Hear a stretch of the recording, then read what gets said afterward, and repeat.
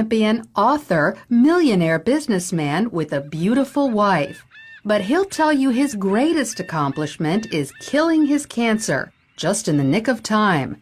The doctors gave me 3 months to live because of widespread metastatic cancer in my skeletal structure. 3 months.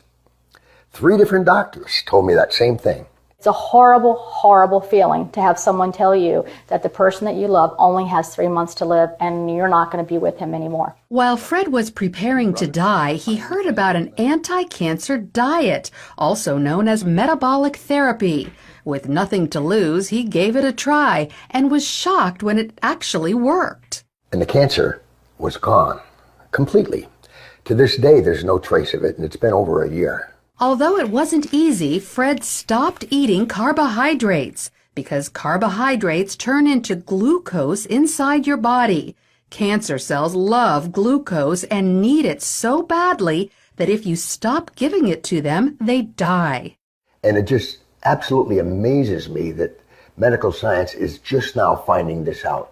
Fred's recovery was not a surprise to Dr. Dominic D'Agostino. His team of scientists at the University of South Florida study metabolic therapy. When they removed carbohydrates from the diets of lab mice, the mice survived highly aggressive metastatic cancer, even better than when they were treated with chemotherapy. We have dramatically increased survival with metabolic therapy. So we think it's important to get this information out. And it's not just lab mice. He's also seen similar success in people, lots of them. I've been in correspondence with a number of people, probably at least a dozen people, and over the last 1.5 to 2 years, and all of them are still alive, so despite the odds. And so this is very encouraging. All cells, including cancer cells, are fueled by glucose. But if you deprive them of glucose, they switch to the alternate fuel ketone bodies, all except cancer cells. A defect prevents them from making the switch to using ketone bodies as fuel, and therefore cancer cells can only survive on glucose. All other cells can use either glucose or ketone bodies. Your normal cells have the metabolic flexibility to adapt from using glucose to using ketone bodies.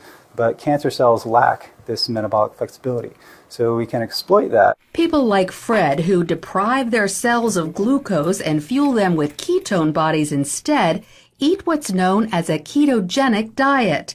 It consists of almost 0 carbohydrates, but lots of natural protein and fat. You can go online and there's just cookbooks and, it's clean eating, just very clean eating. None of the sugars, the salts, the trash food. Natural proteins are ones in their original form, but processed meats like cold cuts and hot dogs are off limits because often carbohydrates have been added to them. Natural fats are in their original form, like olive oil, avocados, nuts, and also coconut oil. But stay away from trans fats such as shortening or margarine, which are man-made.